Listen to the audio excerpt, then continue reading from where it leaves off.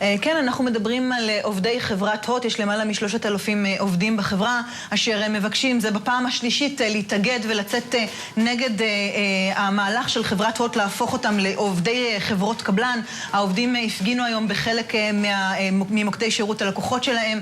בחברת הוט טוענים שהמהלך לא פגע בשירות של החברה, כלפי הלקוחות, שאנשים שהתקשרו קיבלו שירות כרגיל, כי הם נערכו מבעוד מועד גם עם טכנאים וגם עם נציגים. אבל היום במהלך מהדורת השעה 8, אנחנו נביא קולות של עובדים שמספרים מאחורי הקלעים כיצד הם מרגישים שמהלך המעבר לעבור לחברת קבלן פוגע בלקוחות בסופו של דבר. בואי נשמע קטע. הפעם אנחנו לא נשבר מכיוון שזה גם מאבק על הבית, מאבק על המקום עבודה שלנו, ואין לנו ברירה. הם לא מוכנים לשבת לדבר איתנו, הם עושים את הדברים מאחורי הגב שלנו, לא משתפים אותנו בתהליכים, ולפיכך אנחנו מגיעים לצעד הזה. אוקיי, תודה רבה נוגה, ואנחנו